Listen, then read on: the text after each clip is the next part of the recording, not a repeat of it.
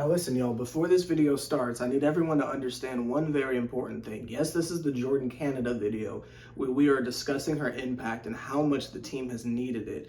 But what I really want to get in everybody's fucking brains for a second is we got to have a quick Ryan Howard conversation. Now, I have defended her on multiple occasions, but not as strongly as I defend Kennedy Carter. The reasoning for that is Kennedy Carter is my favorite basketball player of all time. But I need everyone to understand that there is a difference between a favorite player, right? There's a difference between someone being your favorite player and someone being who you consider the best. Those are two completely different conversations. I love Kennedy Carter, right? But I obviously love Atlanta significantly more than any one specific player. So therefore, when you have the non-biased conversation of who is the best, and I'm talking over everyone, who is the best, the answer is Ryan Howard. She's better than Asia. She's better than Stewie. She's better than Maya Moore. She's better than Diana Taurasi. She's better than Cheryl Swoops. She's name them, right? She's better than LeBron. She's better than Jordan. She's better than Kobe. Like you can name anyone you want. Walt, Giannis, Joker, whoever. Ew, I just put Joker in an all-time conversation. My fault. The point is, that motherfucker is the best basketball player ever. You point to who you would consider is the best right now. A lot of people say A'ja Wilson. Pound for pound, they'll say it's A'ja Wilson. Ryan can do everything and does do everything that A'ja does, and then does everything else that you would say someone else does. When we're talking the well-rounded conversation, it's not like she's decent at a bunch of shit and we just pile all that together and say, oh, that motherfucker's the best. No, that motherfucker is elite at everything you can possibly do on the court. From playmaking to shooting to attacking the rim to she got posties on the low. Niggas sleep on it. She got posties on the low. She can protect the rim, like everything. She is the best basketball player of all time. When you take into account everything you could ask. People say this stupid ass shit, but like if you were to make a basketball player in a fucking lab, I don't like that shit because we're talking about people of color, and it's giving Mewtwo. If you were to like really just like sit down on like my career and say I want to make the best fucking player ever, you would make Ryan. The handles, the shifted everything about her in terms of a basketball player is perfect. And that's not said enough. So when we have conversations of who should be the MVP, blah, blah, blah, blah, it's always going to be Ryan Howard to me. When she's fucking up and can't hit a shot, she's still doing everything else amazing. To the point where there was a period of time this summer where I was like, well, fuck Jordin Canada. Is that even necessary? Because we got Ryan. But then you got to zoom out a little bit and you need to have a different type of a conversation. You need to have a conversation of individual greatness and obviously people that are able to make each other better. We've discussed on multiple occasions that just Ryan Howard existing elevates Alisha Gray to a household name, elevates bum-ass Cheyenne Parker to an all-star get. You know what I mean? Like that's just how that works. And if you're new to the channel, my attacks on people are them as basketball players. Them as people, I'm sure, are fine. But I do not attack you as a person. I'm strictly talking about you as a basketball player. So when I say things like bum ass, I mean your ability to play basketball, in my eyes, is not to the tier of professional status that I feel like it should be. Who am I? Valid point. But you clicked on my video. Fuck you. So just want to preference that before we continue, because maybe this might be the first dream video you've watched of mine. Yeah, but you can elevate even bum-ass Cheyenne Parker to an all-star, right? But when you take away the individual view of it all, right? And you really just like look at basketball as a sport, right? It's a team sport. Even if it's 3v3, that bitch is a team sport. And if you have a god like Ryan Howard, yes, that is such a crucial piece to what will win you games. Again, fuck scoring points and looking good. Winning games. The most slept on factor of it is a playmaker that can score. A playmaker who is a threat with a reputation for scoring. And that is what this team has needed so desperately. And there has not been a single era in the last, 4 years now that I've been watching this shit, where I can confidently say the Dream have had a floor general that has a documented history of busting your ass on offense and defense. We have yet to see that. I don't know what the fuck y'all saw in the mid 2010s, but as long as I've been here, I ain't seen that shit. That is the most crucial component to any team. That's why your best fucking teams normally have your best scorer at the 2 through 4. Let's keep it what it is. And then you've got a center that has a pulse, but can hold it down and play defense, even if it's just like effort level type shit. You know what I mean? Like, she might not have the lateral movement, but just being the fucking anchor, both in spirit and a little bit in person, if he can do it. But you need 3 things. You need a certified bucket that can do it all. You need someone who can run the goddamn team and has a pulse on offense and defense.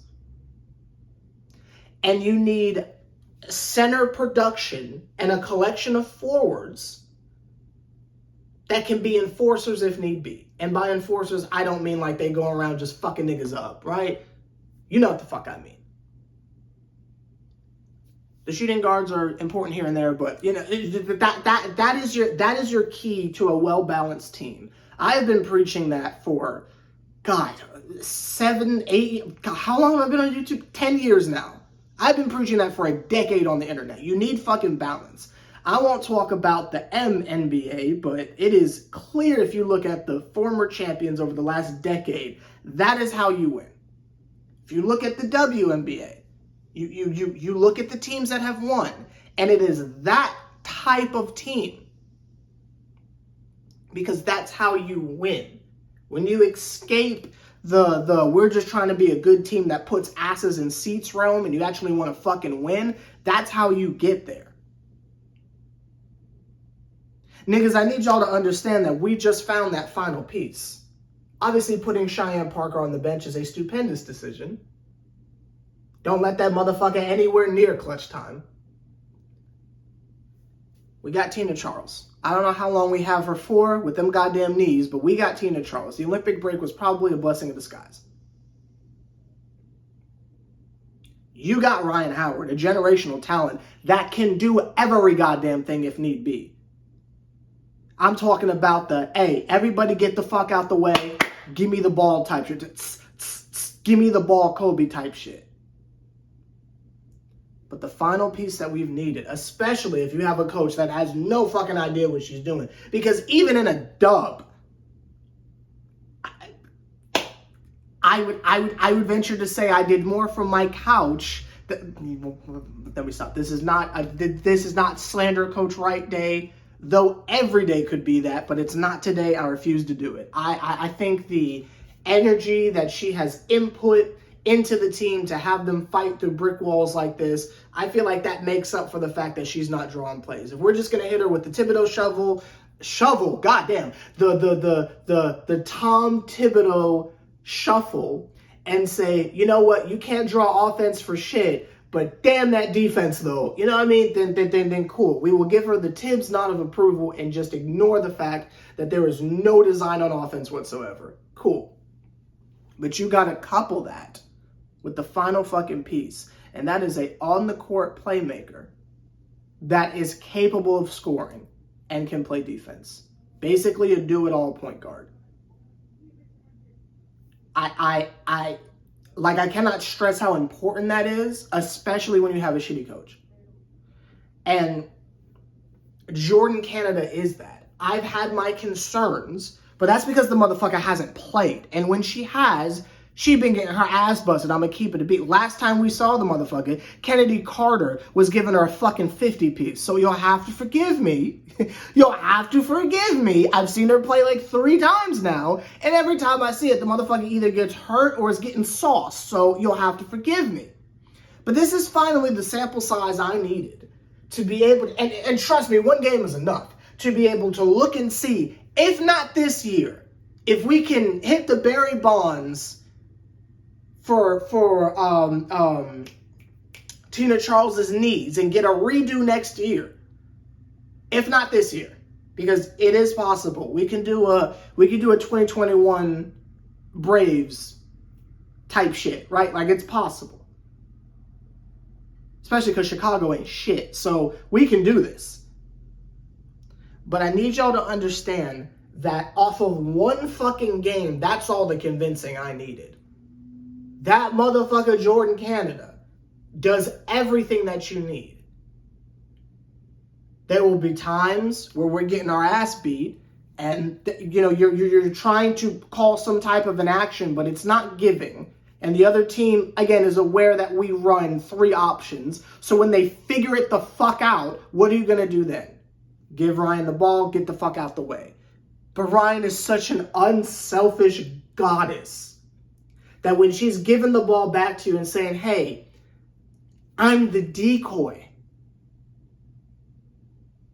When you're able to recognize that on the spot with no goddamn coach, basically, and say, okay, I got you, Ryan, bet. And then start giving the ball to individuals where they need it. That's the part where niggas start saying, oh, what are you talking about? Blah, blah, blah. And it's not like boring X's and O's. It is basketball common sense. And this is from a nigga that don't know shit about basketball. I just learned how to call a screen on 2K. Like, I don't know shit about basketball, but I'm trying to tell you, like, this is that base level understanding of how to play a sport, to where it's like when niggas start to recognize that in real time on the court, in the heat of battle, in the heat of battle, in the heat of controversy, that motherfucker don't.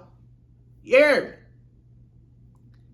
When Jordin Canada was able to understand the assignment and start getting people the ball where they needed it, getting Alicia Gray the ball, and those little, quick Iverson cuts where if she misses it, she's so close to the basket, she can get her own rebound and then go back up for the layup, where these niggas need it.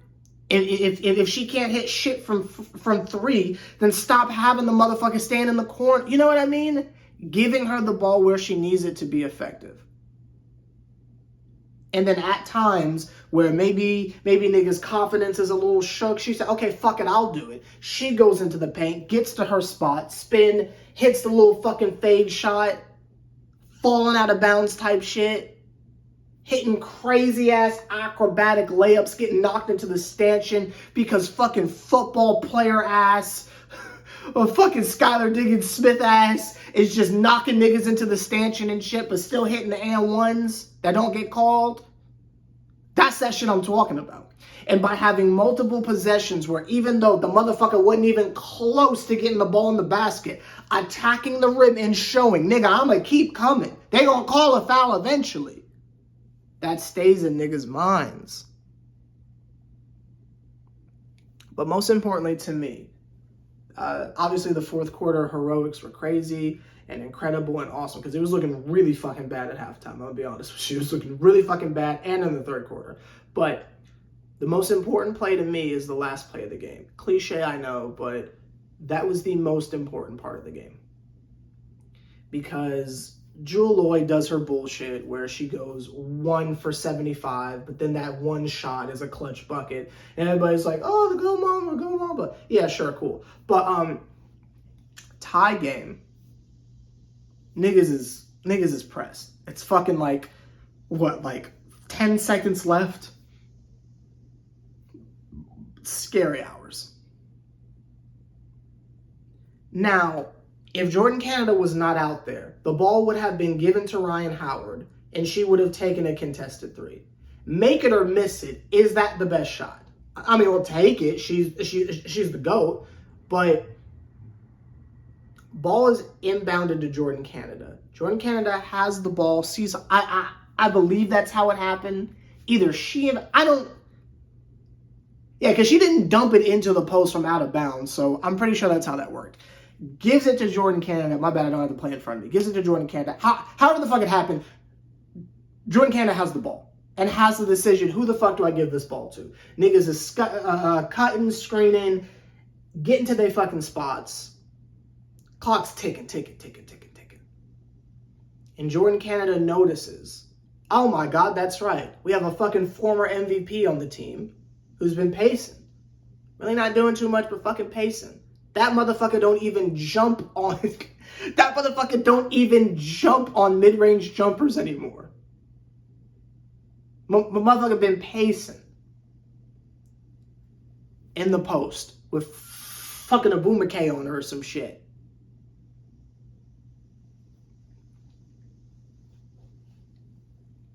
Dumps the ball down to Tina in the post. Necker doing her shit where she's elbowing Tina in the fucking kidney and shit, and they ain't calling it. Is it Neka or Nessa? I don't fucking know. You know who the fuck I'm talking about. You know who the fuck I'm talking about. Gets the goddamn ball. One bump, she ain't moving. Two bump, she ain't moving. If she goes for the shot, you know she's not jumping, so that shit's getting blocked. So she says, fuck it, floater.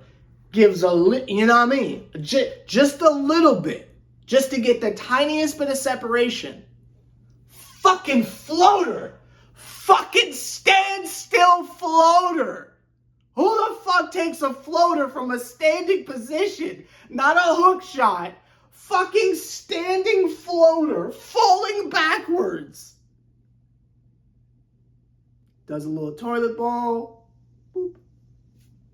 Game.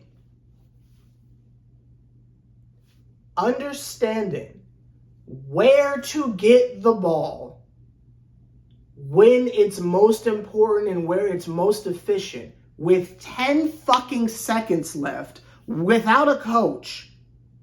That type of elite court awareness, basketball IQ, and playmaking is literally the difference between us winning games and losing games this season. It is strictly that, because our talent is the only thing keeping us in these goddamn games. But what is the deciding factor of if we win or lose are plays like that from a player like that. I don't want to see Haley Jones anywhere near the goddamn court during times like this. And if the Dreamers smart, they'll start making some real fucking decisions and say, listen, Haley, I appreciate it. Send that motherfucker to Europe or something and bring fucking Henny back in there, because we need playmakers like this. You've got enough offensive talent on this goddamn fucking Aerial Powers is coming back. You've got enough offensive talent on this team.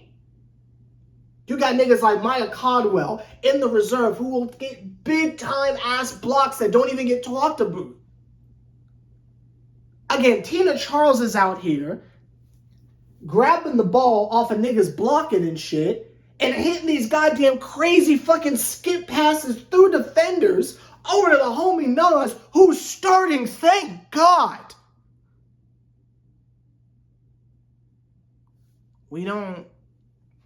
Y'all don't fucking understand. Y'all don't fucking understand what Jordin Canada means to this goddamn team.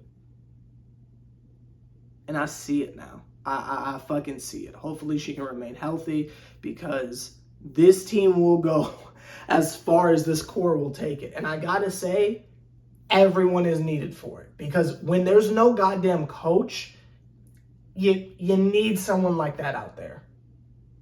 When I tell you, again, I don't mean to talk about the men, but when I tell you, I covered the big three nets the whole fucking time. When Harden's out there and when he's not, it's night and day. They didn't play much together, but when they did, it was night and fucking day.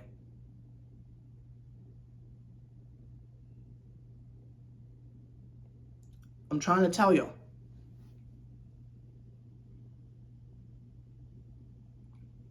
Try to do that 7 seconds or less bullshit in the mid-2000s with the Suns without Steve Nash. See how that works out for you. What these niggas are finna do this year with this motherfucker behind the wheel, with no other distractions. Try doing that shit when he's not playing. I'm telling you, teams like this, and these niggas got Quinn Snyder. The Dream ain't got no fucking choice. She is so fucking important to this goddamn team's success. And I promise you, she's the difference between a competitive season and a championship. I fucking promise you.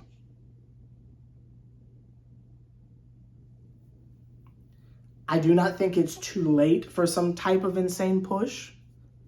Because again, we're talking about veterans. We're not talking about a gaggle of kids and draft picks that are going to freeze in the first round after an impressive season. Like, fuck the Fever. Them niggas don't know what to do. We just got to get in. With this type of veteran talent, nigga. There's a reason why fucking Odyssey Sims, of all people, is so fucking important to the fucking Wings. Veteran talent that knows how to run a goddamn team. Get a bucket when they need it. Like that type of shit. Especially because we don't have a coach. I feel very, very positive about the rest of this goddamn year. We should be fine. Because Storm ain't no goddamn joke. I mean, I don't take them seriously, but they ain't no joke. I'll take that shit. I don't know who our next game is. I just know, nigga, if Jordan's playing, you don't have a long-ass night. I know we got a couple of really crazy games coming up. I think we've got a back-to-back at home against the, who the fuck are we playing? Against the Mercury coming up. And them niggas is pissed. That is not going to be easy, but it's possible because of the very thing we just talked about. You can have all the offensive firepower you want, but if you ain't got a real playmaker, and no offense to Cloud, y'all know I fucks with her. But when shooting guards try to cosplay point guards, good luck against a natural point guard. Because when it's time to close, there's about 17 niggas going like this. But you need to have the motherfucker who's calm and says, fuck what I got going on. What's the best shot available? I think we'll be fine. Let me know what you think down below. Dream's back, motherfucker. We back.